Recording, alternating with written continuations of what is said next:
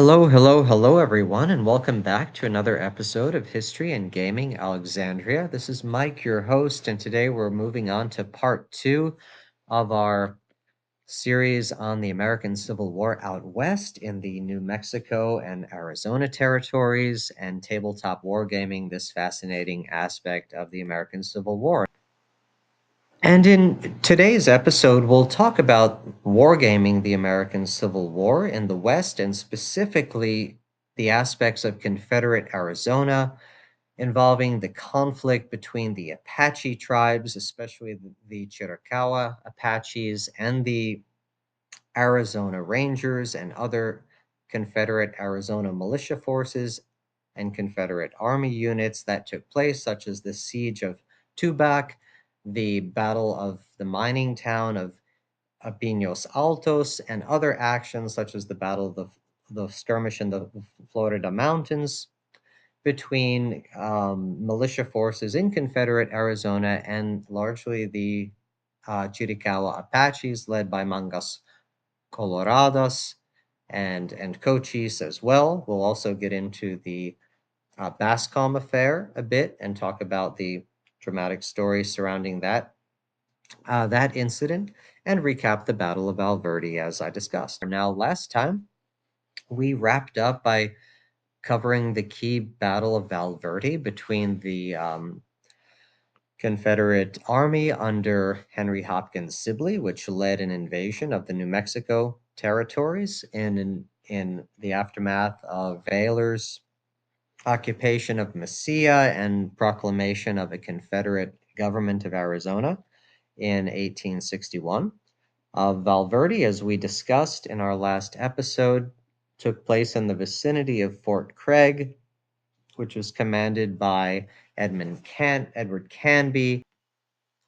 Now, as we noted, the Union was largely having the better of the fighting at Valverde until sometime in the afternoon. It had been under the command of Benjamin Roberts, but when Canby comes out of Fort Craig to take command of the battle, he starts to change the formations and the line of the Union troops, and in so doing, he opens up certain gaps in the Union line, particularly around the artillery commanded by Alexander McCrae. And McCrae is subjected to repeated rebel charges. In fact, there are two rebel charges, as we discussed during Valverde, one on the left wing of the battlefield by Raguet and his men, which attempt to charge Union artillery and Union lines, but are thrown back with losses by McCrae's battery. And secondly, a charge led by Scurry's men, particularly led by a Major Lockridge, who was killed during the assault, and which ultimately overwhelmed McCrae's battery. Now, as we get into unpacking the aftermath of the battle, there is an issue with New Mexico volunteers located on the other side of the river under the command of Miguel Pino, who refused to cross the river. There were also, although the volunteers receive a lot of blame, there are Union regular Army troops who do not hold their lines or refuse to essentially obey the orders of Canby, who implores these troops to cross the river to support McCrae's battery, which is essentially overwhelmed by waves of onrushing Texans led by Lockridge. And as we discussed, the Texans and the Sibley Brigade, they are largely armed with short range shotguns with smooth bore rifles, some of them, seized from Fort Fillmore by Baylor and other units. This also reflects the supply problems of the Sibley Brigade in Texas, with Earl Van Dorn not particularly supplying them effectively. Many more modern weapons being diverted to defending Galveston and other places on the Gulf of Mexico rather than going to the Arizona campaign.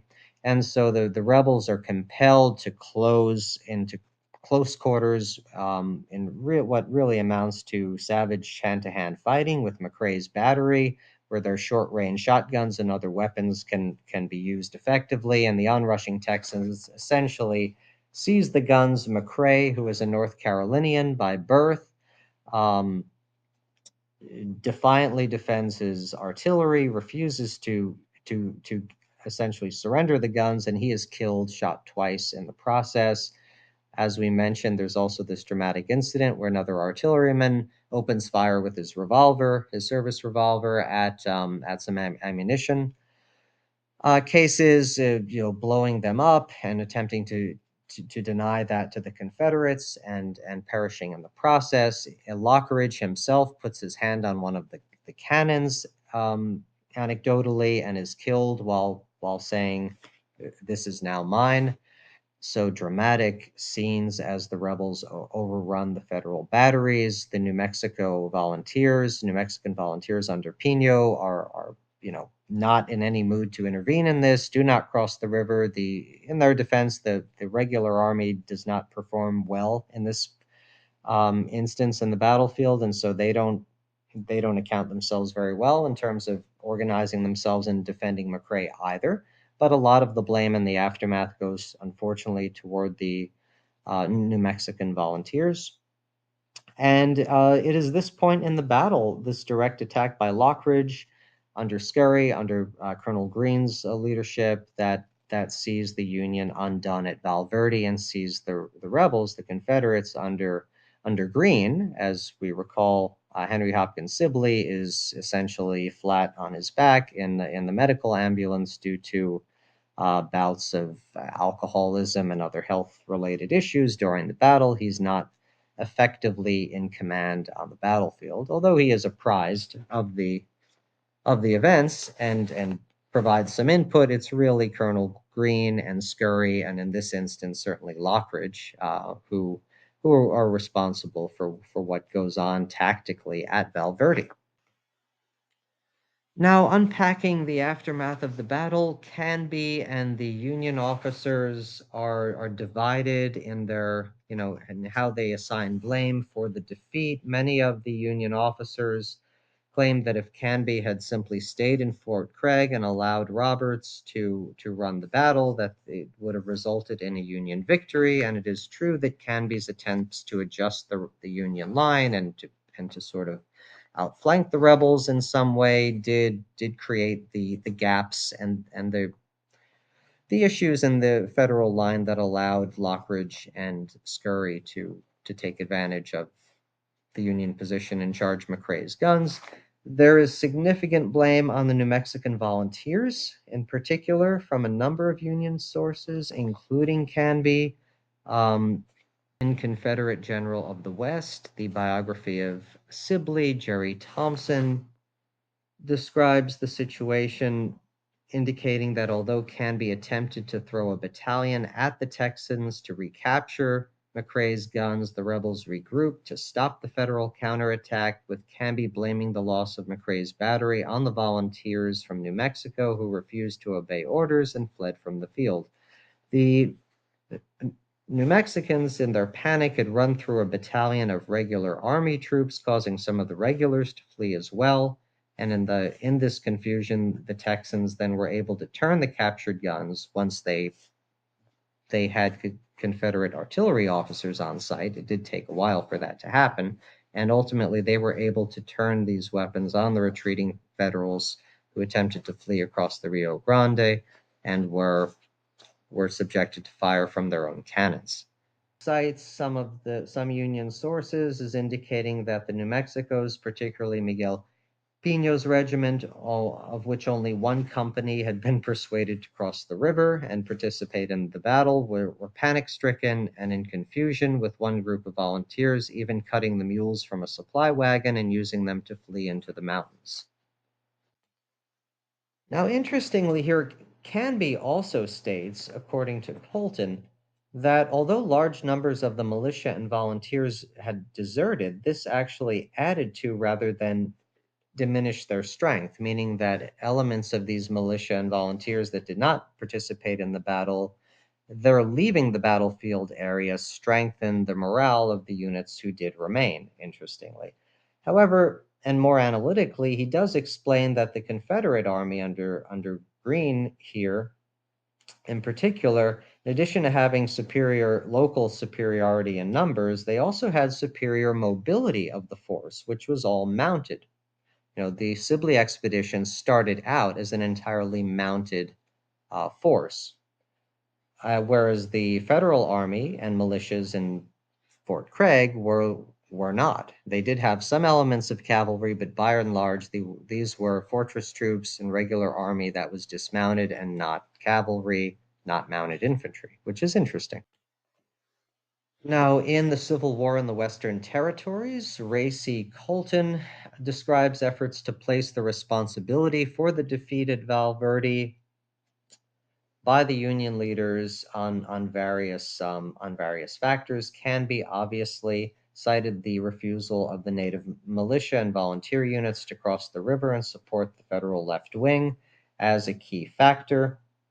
As noted, there were other Union officers who suggested that had Colonel Roberts been left in command, that the battle would have resulted in a Union victory, and it was Canby's involvement in the tactics that caused the undoing of the Union. Robert himself blamed the misfortunes of the battle on his fellow officers who did not seize the position near the ford initially as ordered. And whereas the Union officers, including of the territory of New Mexico, Henry Connolly, who was at Fort Craig, largely blamed the outcome of the battle on the New Mexican volunteers and the local militia forces, who, by various accounts, feared the Texans based on their past conflicts with them and had no real interest in participating in the battle.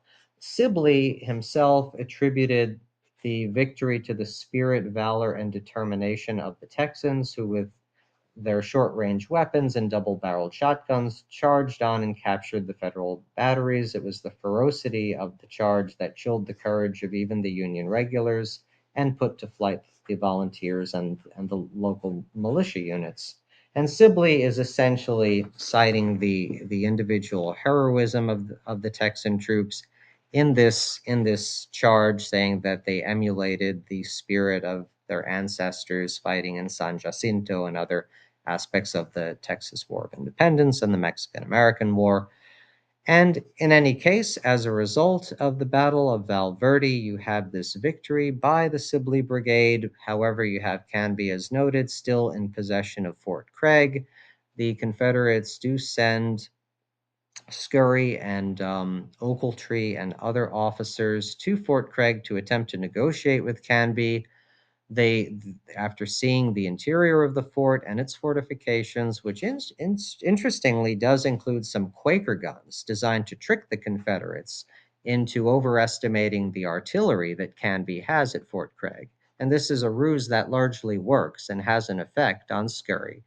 And as Thompson explains in Confederate General of the West, the biography of Sibley, that there are councils of war that are held between Sibley and his officers, Sibley having recovered at this point health-wise, and although some of them do have a desire to charge the fort, it's decided ultimately that that would be suicidal, and the Sibley Brigade essentially turns north into New Mexico territory, looking for supplies, looking to seize other Union forts and storage centers in order to live off the territory and attempt to conquer New Mexico. And they leave Fort Craig behind. Though the Northern forces are defeated at Valverde, Baylor calls Sibley an infamous coward and a disgrace to the Confederate States, and he apparently accuses him of having placed himself in an ambulance during the Battle of Valverde, hoisting a hospital flag over it for his own security and protection. That from Ray Colton's book, The Civil War in the Western Territories. Perhaps not surprising that Baylor is having issues with a superior here. And during his time in Texas, he had disputes with Sam Houston over treatment of the Comanches. He was known for many violent disputes with his colleagues, with his competitors in business, having killed several of them over the years, and perhaps it's no surprise that he has a break with Sibley even after the victory at Valverde. Well, we can turn to the story of Alexander McCrae from North Carolina, who played a pivotal role in the defense of the Federal artillery at Valverde. He was killed during that key charge led by Major Lockridge, and refused to give up his guns. As noted, he was from Fayetteville, North Carolina, and Canby was particularly proud of him. He was very loyal to the Union, despite having conflicts with his own family from North Carolina, who urged him to switch sides.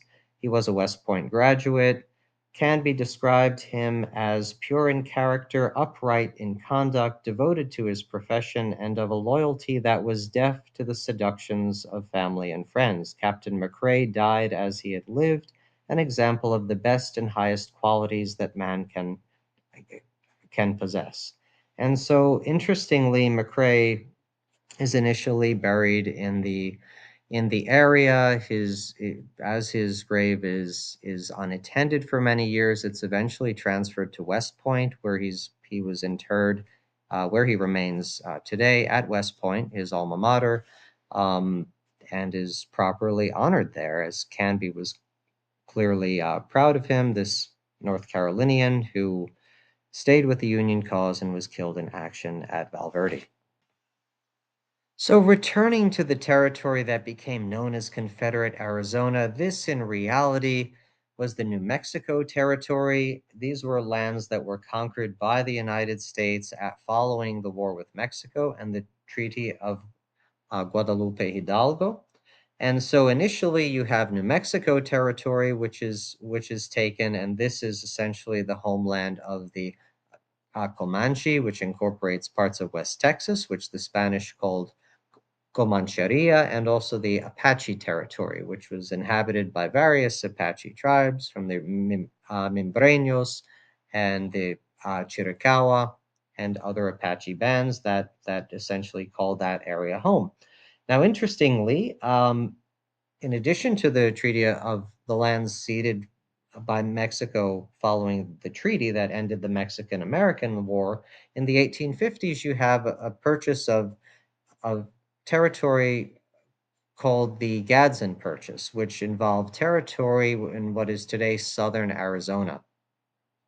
And now these territories, in addition to the Mesilla Valley, Mesilla becoming the capital of Confederate Arizona, the Mesilla Valley and the Gadsden lands, which involve Tubac, which is an important town that we'll discuss later as we get into the Siege of Tubac between the Apaches and the residents and the Confederate Arizona Rangers. These territories were always, as early as 1856, they felt essentially cut off from the territorial government in Santa Fe, and the Santa Fe government itself had raised concerns about being able to effectively govern the southern part of these territories, part of the Gadsden Purchase, due to the fact that it was separated from the rest of New Mexico by the Jornada del Muerto, which is a very tough stretch of essentially uh, arid desert. And as we get into April of 1860, impatience in the territory leads to a constitutional convention with about 31 delegates who meet in Tucson. And by July of 1860, this convention actually drafts a constitution in English and Spanish for this self proclaimed de facto territory of Arizona to be organized out of the New Mexico Territory. And the convention elects Lewis Owings as the territorial governor. So interestingly, this provisional government also attempts to raise local defense forces. They appoint James Tevis to raise a territorial militia, which incorporates what units that become the Arizona Rangers. There's also another militia unit called the Minutemen located in Pinos Altos, the mining camps, which becomes very important as we end up discussing the key battle at Pinos Altos between the Apache and the Confederates and local forces. And so you end up in Confederate Arizona with the Arizona Guards, the Minutemen, the Arizona Rangers, and these local militia forces based in Tucson, based in Mesilla, and based in Pinos Altos. In addition to that, you do have other units that are raised and fight with the Sibley Brigade from Arizona, and some of these are also called Arizona Guards or even Arizona Rangers, but they are different. They become part of the Confederate Army proper as opposed to the local forces defending the towns in New Mexico, which are primarily what we'll be concerned with as we discuss the battles between the Apache and the Confederate Arizona forces in this episode.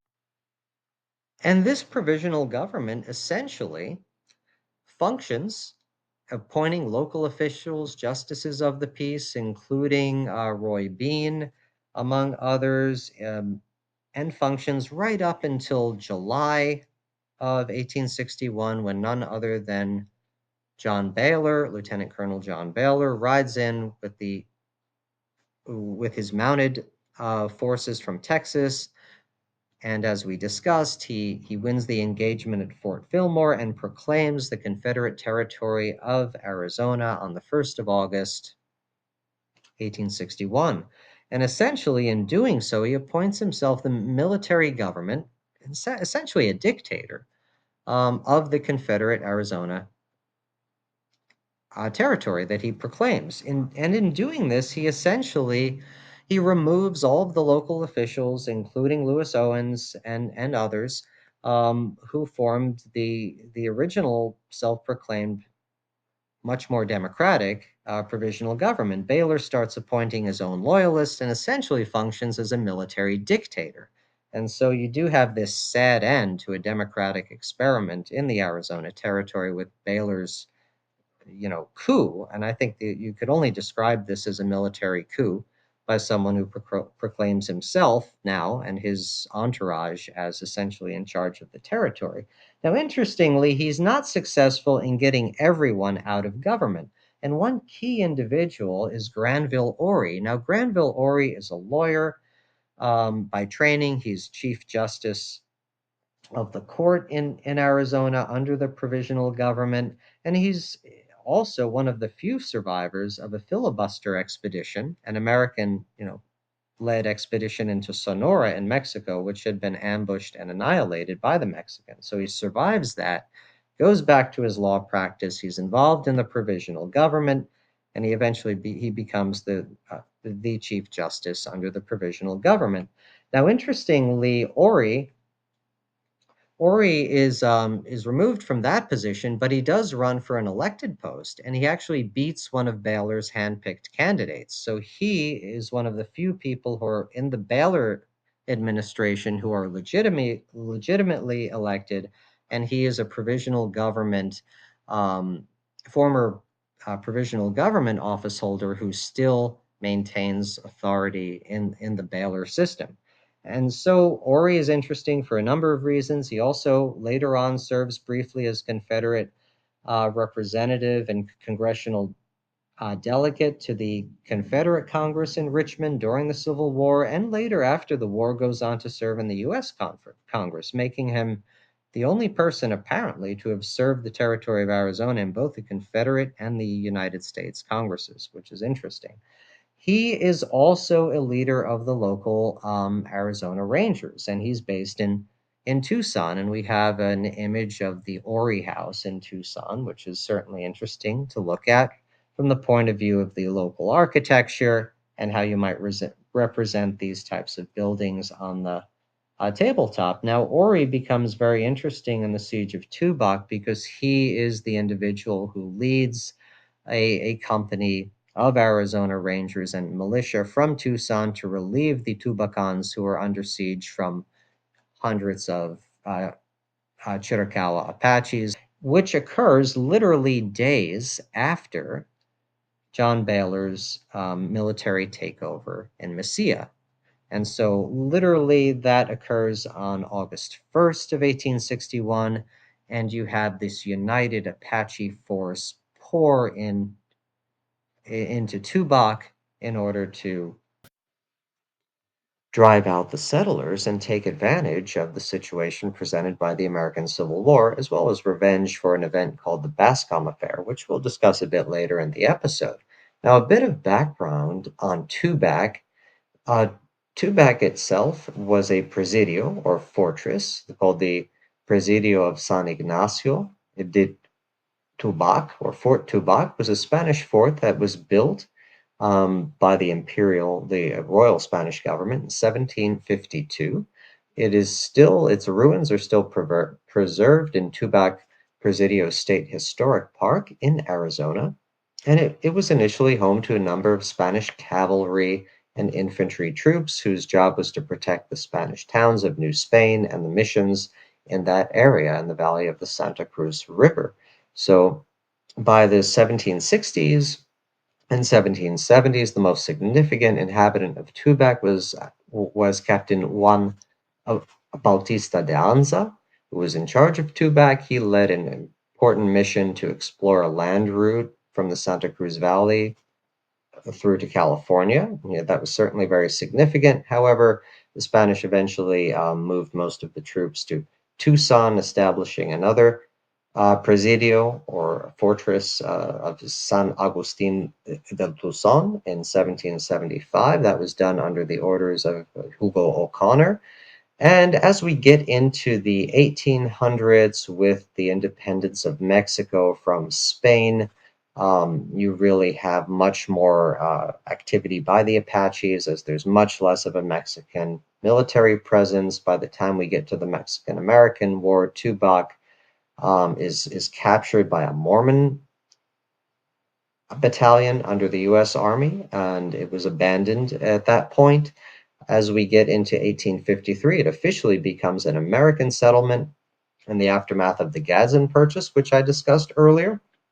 And at this point, you have significant settlement by American um, settlers and immigrants moving there essentially for ranching and some mining purposes as well. Although the exact date has been lost to time, literally within days of John Baylor's establishment of his governorship of Confederate Arizona at Mesilla, more than 200 Apache warriors converge on the town of Tubac and specifically the Presidio. Now, interestingly, the the local militia is defending the town and defending the Presidio fortress, which is also manned by a group of Mexican bandits who were present during the battle but did not join in the fighting. Their goal mainly being to survive and potentially loot the town after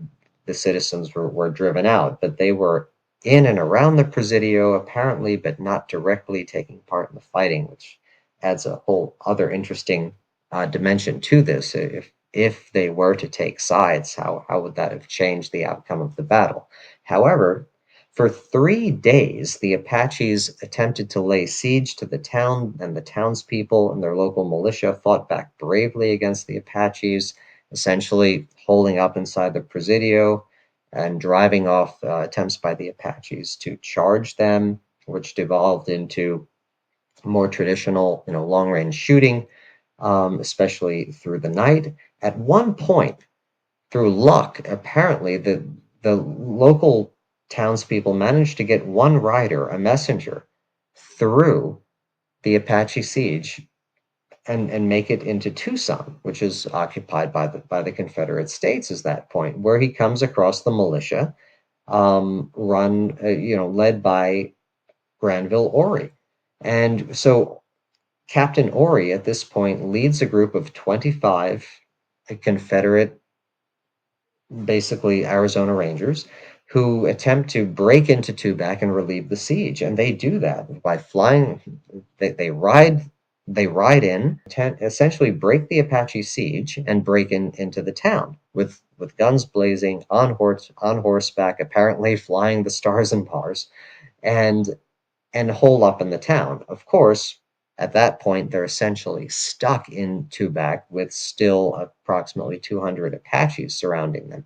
And so they attempt to fight, but with the town still surrounded and running low on provisions, ammunition, and food, it becomes clear to Granville Ory that they simply cannot stay there. There are too many Apaches. You also have the situation with the Mexican bandits, and at night they essentially break out on the last night of the siege and escaped uh, to Tucson. And so, what a fascinating battle. The Apaches eventually burn the town, and the Mexican bandits loot whatever valuables are left. As the Americans and Confederates under Ory make their escape at night back to Tucson. Now, what a fascinating story. What you could see here in the images are the 1752 Presidio at Tubac. You could see an outline of the town, which is just fantastic for wargaming purposes. I certainly direct you to the wonderful image, a diorama of the 1752 Tubac Presidio that's located in the current museum in the park. I want to thank the Historical Marker Database, which is a fantastic website full of wonderful information and photos of various historical markers throughout the United States. This was taken by Bill Kirchner, and I want to thank them for allowing me to use this photo in this video. I think you'll agree from a wargaming point of view, it's just a fantastic resource for anyone who would want to recreate the Siege of Tubac on the tabletop, and what an interesting engagement it is, or simply to use as a a reference for scratch building or potentially printing a Spanish Presidio from this era. And I think Tubac is just such an interesting battle where you can potentially game this in many different ways. You have three factions, potentially four factions involved between the Apache bands raiding the Presidio. The Mexican bandits hold up in one part of the Presidio. You can clearly see the layout of the town, which would have some local forces and townspeople there, as well as this potential to have someone escape and break the siege and attempt for the townspeople to have a rider break out, which could be written into the rules through various mechanisms and reach Tucson and thereby call in Granville Ori and his Confederate Arizona Rangers to essentially break the siege. And I think there's just tremendous potential for bringing the Siege of Tubac to the tabletop. And I'll definitely do another video exploring that and showing you some examples of how to do it. Now, interestingly, the refugees from Tubac make their way to Tucson, and shortly after the battle and siege of Tubac, a party of them, the Aki Wadsworth Party, try to make their way across Arizona into New Mexico and eventually Texas. And in doing so, they run into an Apache ambush at the Battle of Cooke's Canyon. This is in mid-August of 1861, again shortly after the Siege of Tubac. And these individuals, this Aki Wadsworth party, are all essentially former residents and refugees from the town of Tubac. The party was composed of about 24 men. There was one wagon with women and children, along with 400 head of cattle and 900 sheep, as well as horses and goats, so very valuable property in 1861. And the settlers, these were mostly miners and ranchers, were on their way to New Mexico and to Texas. Now, obviously, the livestock here is an irresistible target and temptation to the Chiricahua Apache, and under Cochise and Mangas Coloradas, they are intent on taking advantage of the American Civil War and trying to drive out as many settlers as they can from the Apacheria, from this territory, in what is now considered, at least by the authorities in the area, to be Confederate Arizona. So we'll talk a bit more in detail about the Battle of Cooke's Canyon and the type of tactics that were involved in these actions, in the interest of anyone who would want to bring them to the tabletop or to do this in 28 millimeter. The Cooke's Canyon ambush, as I indicated, involves the Aki Wadsworth wagon train, against about 100 Apache warriors, supposedly led by Mangas Coloradas and by Cochise, although we cannot exactly confirm that. It's assumed that they were on site, or at least they were in charge. Now, on August 15th, the Aki Wadsworth wagon train leaves Tucson bound for Texas. It gets into the mountainous area around the Apache Pass, which it smartly avoids. Seeing signal fires in the mountains, they avoid the spring at Apache Pass and stay out on the plains. the vicinity of Rustler Canyon and the Chiricahua Mountains, the plains outside of that area. Now, as we approach August 26th, the wagon reaches the Mimbres River, and the pioneers rest at an abandoned stagecoach station and water their flocks, their herds of cattle before their trek through Cooke's Canyon. Now, as we get to August 27th, they do receive a warning from a German immigrant who is a butcher who attempts to dissuade them from going to Cooke's Canyon for various reasons. They don't seem to believe this, and Cooke's Canyon is southeast of Pinos Altos and Silver City. Pinos Altos being a significant mining town, which is the subject of another battle, which we'll discuss shortly. And so, despite the warning from the German, they push on into Cooke's Canyon, and once they bring some of the wagons into the canyon, and the cowboys and herders start to organize the heads of cattle and the sheep, to pass through this canyon, it's at this point when the combined Apache force, again about 100 warriors, opens fire from a set ambush from various, concealed positions inside the canyon, and they start to take casualties. Now, inside the narrow canyon, as I indicated, the cowboys and other members of the party start herding the cattle. Wadsworth and Aki are flanking the lead wagon with the women and children, and the final wagon at the back of the train, which escapes fairly quickly and is not part of the battle. However, some of the individuals who were up ahead, including some of the cowboys, suddenly halt and shout back a warning, having seen some signs of Apaches and corpses in the area. And the cannon walls at this point erupt in gunfire and arrows, filling the entire area. Some of the individuals riding point in the lead wagons start to fall, being hit on the first volley. Wadsworth himself is hit as he turns his horse backwards towards the wagons. He's hit again and falls out of his saddle. Some of the men run forward into the oncoming arrows and carry Wadsworth back to the last wagon, again carrying women and children, which is immediately evacuated. Individuals, for instance, attempt to circle the wagons, but the narrowness of the canyon and the pass makes that impossible, so they settle for a sort of rough triangular shape.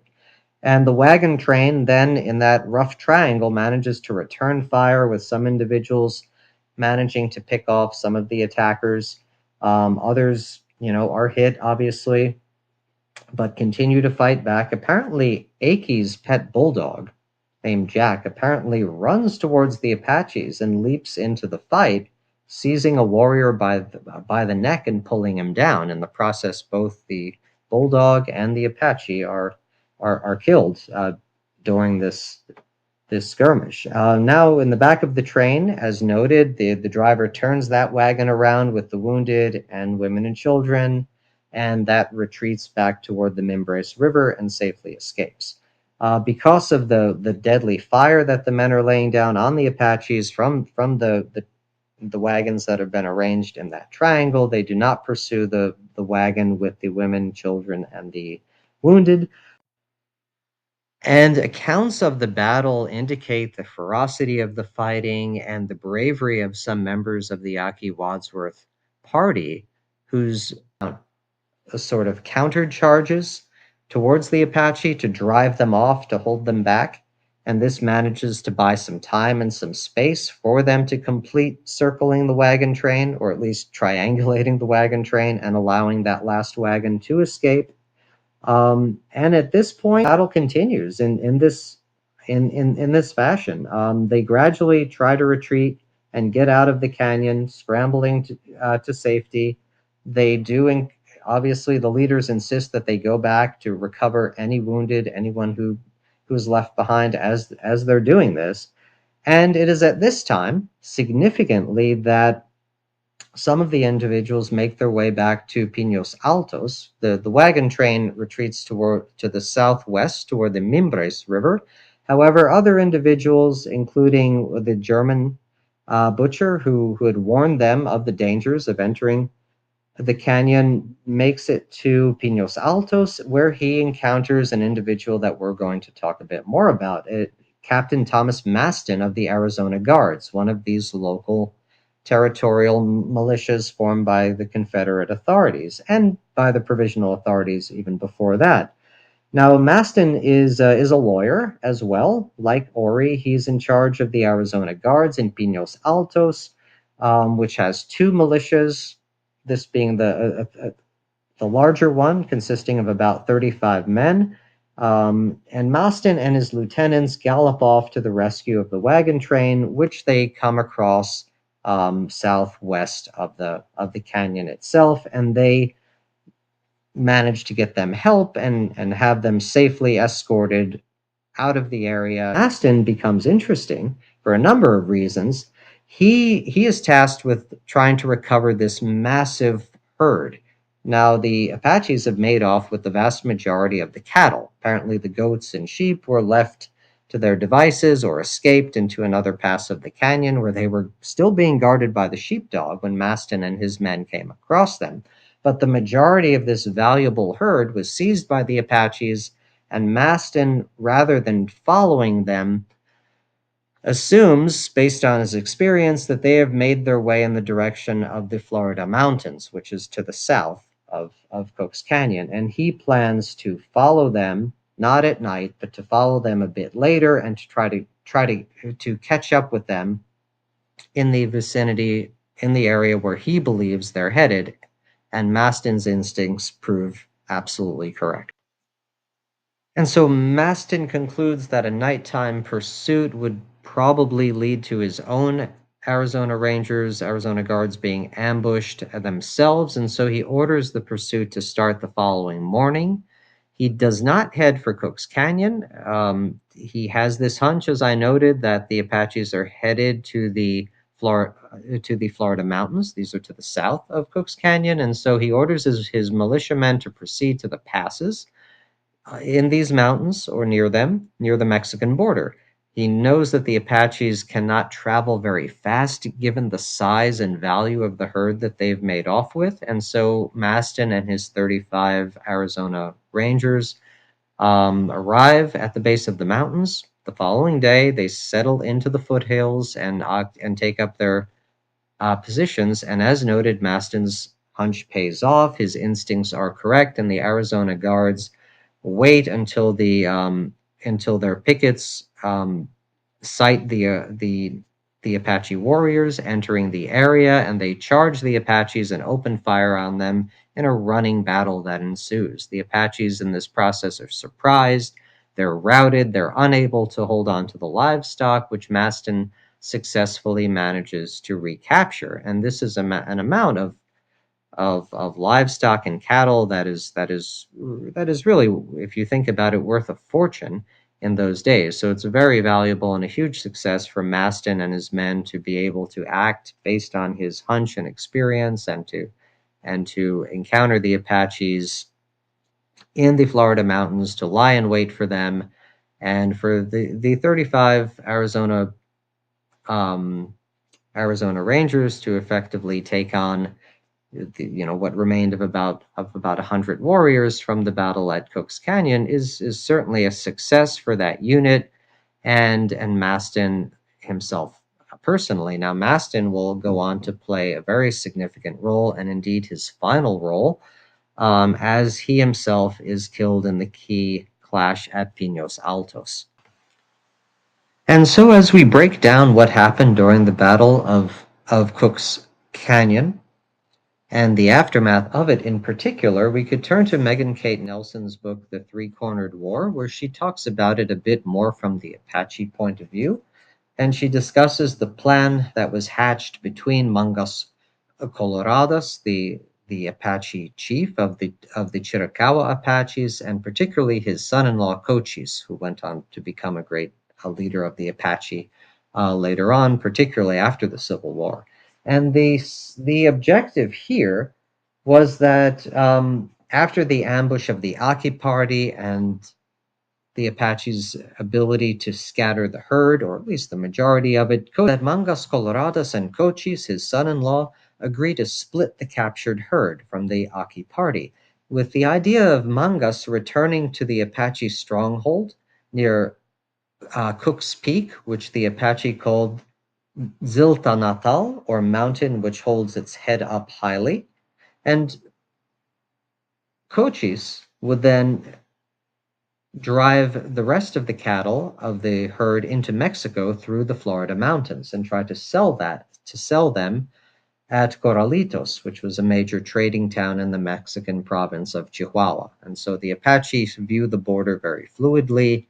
To them, this is the Apacheria territory, and you have this scheme whereby Mangas Colorados will take part of the herd seized from the party at Cook's Canyon and lead them into Cook's Range, and particularly to Ziltanatal, their traditional stronghold, and eventually to move with the idea to move those animals back to his own stronghold in the Mogollon mountain range, which is even north of Pinos Altos, northwest, I believe.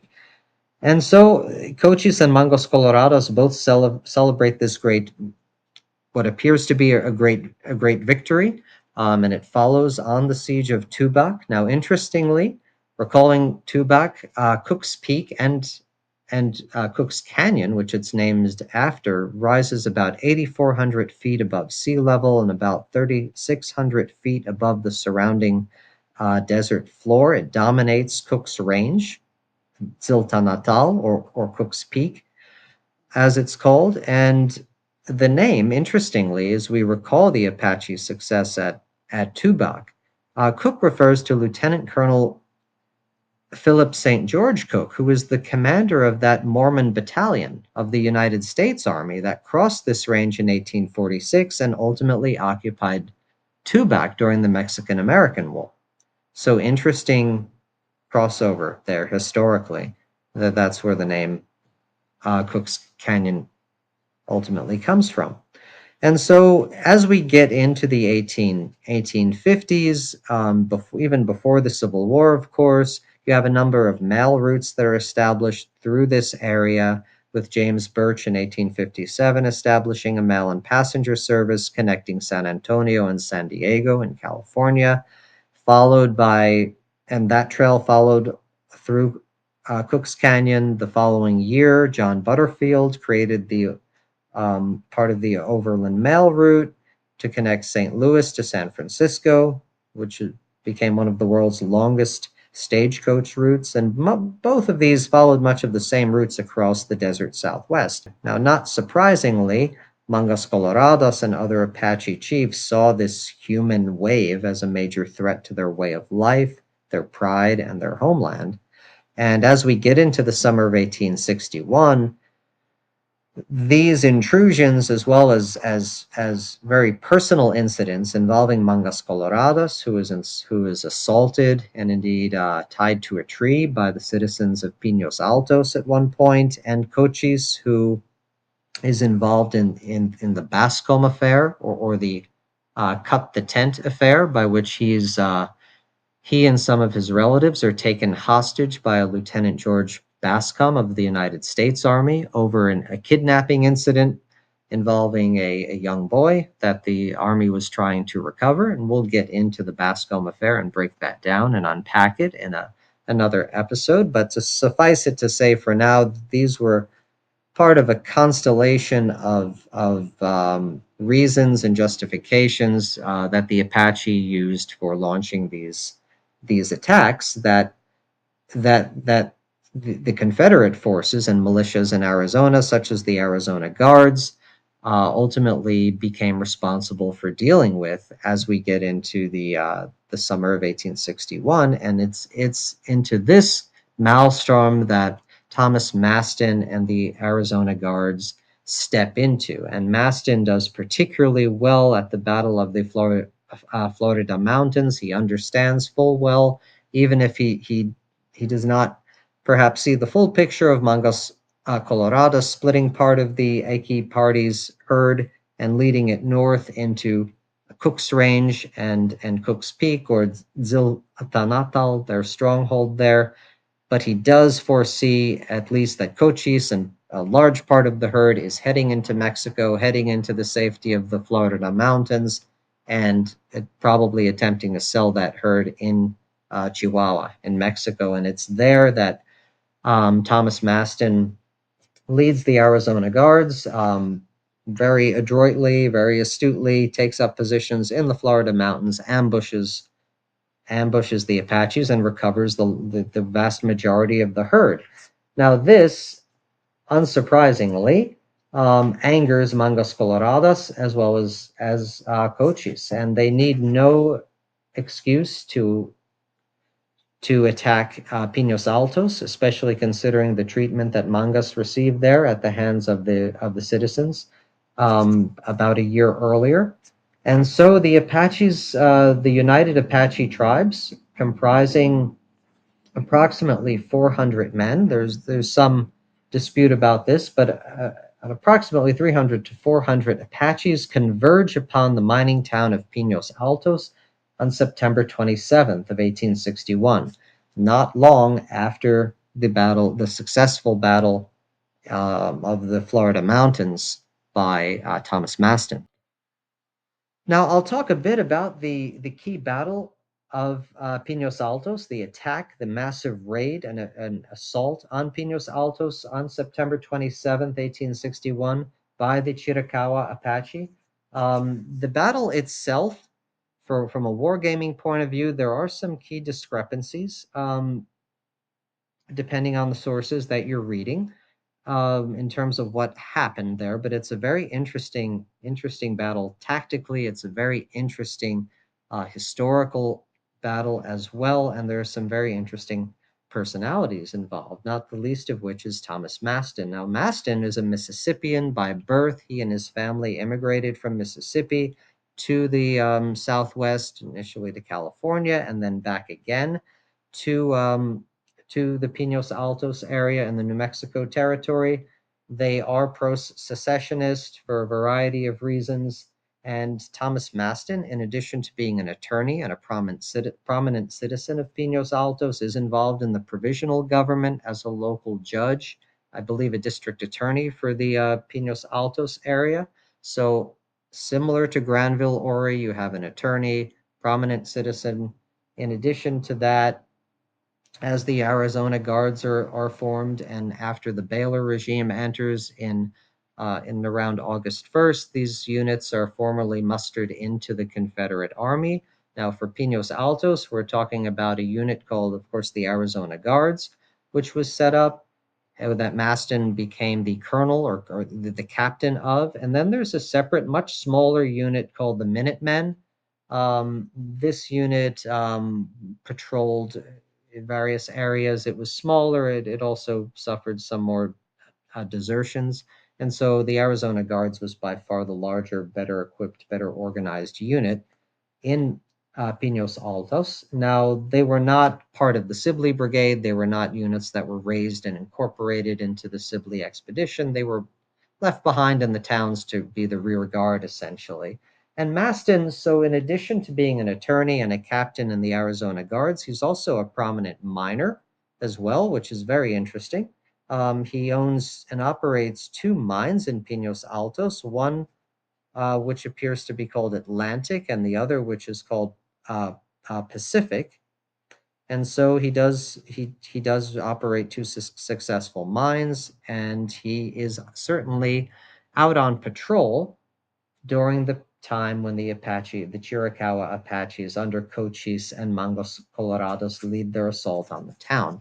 Now, Pinos Altos is, as noted, a mining town, and so it has a number of mining operations and small mines on the outskirts of the town in the hills. And then there's the town of Pinos Altos itself, which is very interesting because, as will become very important during the battle, Judge Roy Bean, who becomes very famous in the Old West, operates a general store in the middle of Pinos Altos. And Roy Bean actually has a cannon on display there, which comes to play a pivotal role during the Battle of Pinos Altos, in which there are some key key discrepancies. Where there are no discrepancies, however, is that in the early morning of September 27th, the Apaches divide their warriors between Mangas Coloradas and Cochise and strike simultaneously at multiple mining camps throughout the hills above the town, surrounding the town. Many of the miners are caught in their mines. They're killed on sight. They try to resist, but the Apaches quickly overwhelm many of the miners and they move down into Pinos Altos proper, setting fire to many of the wooden cabins and storefronts in an effort to drive off the defenders. Who initially it's the citizens who come to their own defense, but Mastin is on patrol and he responds to the attack, and he comes back into town with the Arizona Guards, who manage to put out some of the fires and mount a desperate defense of the town. It does appear that the Minutemen also are on patrol, and some of them filter back in during the battle as well. And so the both the Arizona Guards and the Minutemen do appear to take part in the fight, and it is a desperate, desperate struggle between the Apaches. Again, about 300 to 400 warriors, and the Arizona Guards, which number probably about 25 to 35 men, plus the people of the town and the Minutemen. All in all, it's not a huge number of defenders, and yet they are able to put out some of the fires the Apache are trying to set. Again, the mines are largely overrun in the initial attack, but the Apaches, after splitting their forces, initially converge on the town of Pinos Altos itself. And so, as noted, the battle becomes increasingly desperate. Although the Arizona militiamen and the Arizona Guards are trying to hold off the Apaches, there are just too many of them.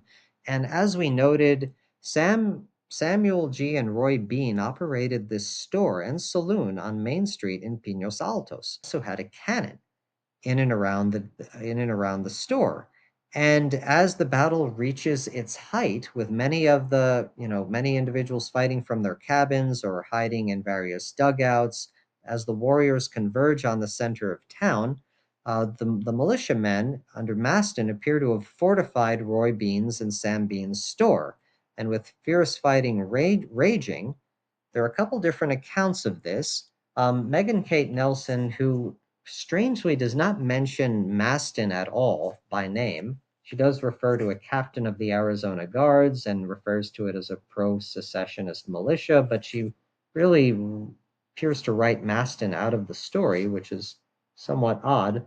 But she notes that the Arizona Guards suffered casualties, which appear to also include their captain, and it was a number of ladies in the town who managed to find and drag a 12-pound howitzer cannon from Roy Bean's store into the middle of town and loaded it with nails and buckshot because they didn't have any actual ammunition, and managed to fire it directly at the Apache who were oncoming and essentially break up their attack, which the miners and remaining militiamen then took advantage of the pause in this Apache onslaught and charged, essentially breaking the Apache attack and finally compelling Mangas Coloradas and Cochise's braves to break off their siege, their assault, and retreat. Now, interestingly, Megan Nelson's account of this in the Three Cornered War seems to be based upon newspaper articles from the Mesilla Times, specifically quoted in the Santa Fe Gazette, which was a Unionist newspaper in Unionist New Mexico. And so it's somewhat I don't know how reliable some of those sources could be based on how news traveled and stories changed as they went from town to town in the Old West, but that's certainly one version of events.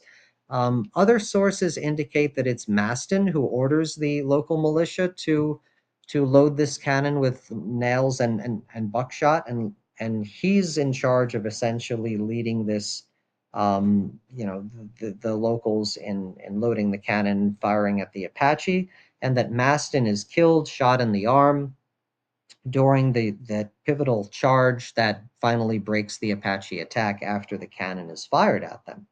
Now, that account also is in a New Mexican history review. It's also based on other contemporaneous sources, and so there is this inconsistency in what happened in the battle. Some accounts indicate Mastin may have been killed prior to the attack, prior to that main charge that he was shot. In any case, Mastin, although he's shot that day, he actually dies in Pinos Altos several days later and succumbs to his wounds several days after the battle, I think in October of 1861, the battle occurring September 27th.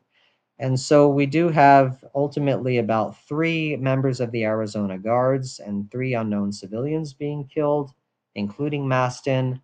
Numerous Apaches were killed, obviously, during the battle. And in the aftermath of it, the Apaches obviously withdraw. The mining town of Pinos Altos is initially fortified by the Confederacy, but most of the residents do not want to continue living there and mining there, and so it becomes less and less important, at least in the short term, although it does pick up in importance again after the war.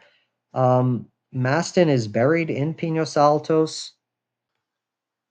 Another key source for information on Thomas Mastin is an article in the New Mexico Historical Review by Martin Hardwick Hall, which is about Mastin and the Arizona Guards, and his account, among others, do detail to some extent the defense of Pinos Altos, but also have more information on Mastin himself.